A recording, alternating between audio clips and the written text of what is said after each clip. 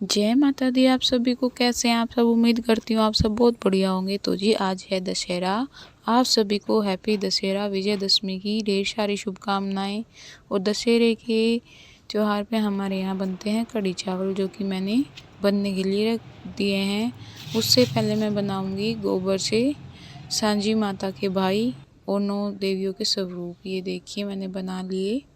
हमारे यहाँ मान्यता है कि सांझी माता के भाई सांझी मैया को लेने के लिए आते हैं और उसी उपलक्ष्य में हम उनका आरता करते हैं, उनको भोजन कराते हैं और उनको नोरते भी रखते हैं। जैसे हम भाइयों के कानों पे नोरते रखते थे ना, पहले ज़्यादा रखते थे, अब तो बहुत कम हो गया है सब कुछ। वैसे ही इनको भी रखते हैं। और मैंने इनका आरती की हमने, और अच्छे से हमने पूजन करके दशहरा पूजन किया। और दशहरा पूजन करने की तैयारी के बाद हम लग गए थे माता विसर्जन की तैयारी में। उनके लिए मैंने एक प्लेट ली, उसमें स्वास्तिक बनाया और माता रानी को विराजित किया।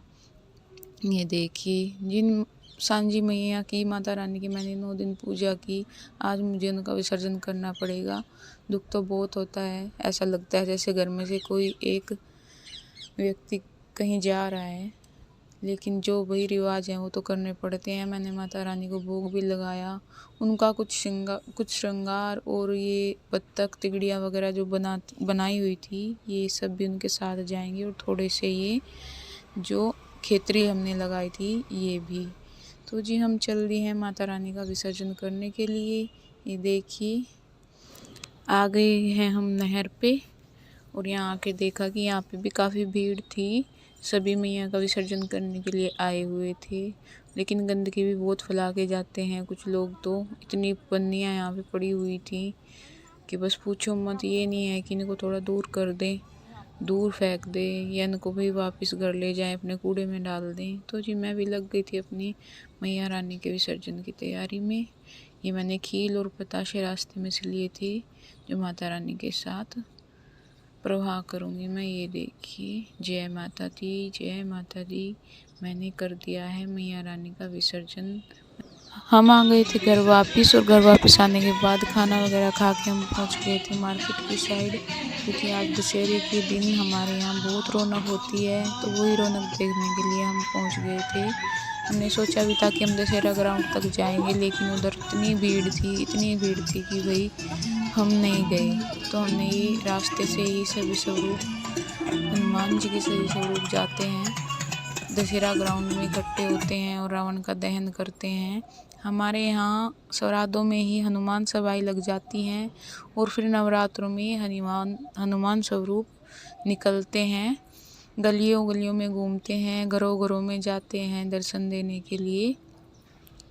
तो वही अब फिर ये दशहरे के दिन सभी इकट्ठा होकर रावण दहन के लिए दशहरा ग्राउंड में इकट्ठे हो जाते हैं। और रावण दहन करने के बाद ये फिर पूरी रात घूमते हैं। एकादशी के दिन किसी का 21 दिन का होता है हनुमान सभा का व्रत, किसी का 40 दिन का होता है। तो सभी अपने अपने हिसाब से हरिद्वार नहा के भी आते हैं, हरिद्वार जाते हैं ऐसे के ऐसे ही। तो जी फिर हम आ गए थे उधर से वापसी, क्योंकि उधर थी काफ़ी भीड़। फिर हस्बैंड ने कहा कि कुछ खाने पीने का ले लेते हैं थोड़ा सा। तो हम पहुंच गए थे एक शॉप पे। यहाँ आकर देखा कि गरम गरम समोसे बन रहे हैं, ब्रेड पकोड़े बन रहे हैं, और सिंपल पकोड़े भी बन रहे हैं, मिक्स, ये जलेबी और इमरती भी। तो हमने थोड़े से पकोड़े पैक करवाए और जलेबी ली, और हम पहुंच गए अपनी शॉप पे, क्योंकि मुझे जाना था एक कीर्तन में, जो कि यहीं आंटी हैं एक, उनके यहाँ कीर्तन था। तो जी हम ये सब करने के बाद पहुंच गई थी मैं अपने कीर्तन में। साथ में ये मेरी देवरानी और ये भतीजी दोनों ये भी आई हुई थी। हमने जाके किया कीर्तन में, जाके बहुत सारा एंजॉय। उन्होंने झांकियाँ भी मंगवाई हुई थी, राधा कृष्ण बोले कि सुदामा की, माता रानी की, ये सब भी वहाँ पे आई हुई थी। हमने देखा, काफ़ी अच्छा लगा और हमने काफ़ी एंजॉय किया काफ़ी देर तक।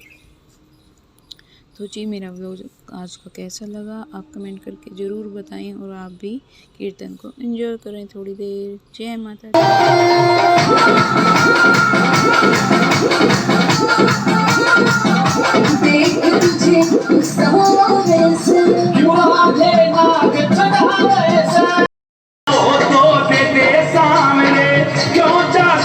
बरसावे से ना देना तो साफ नाट क्यों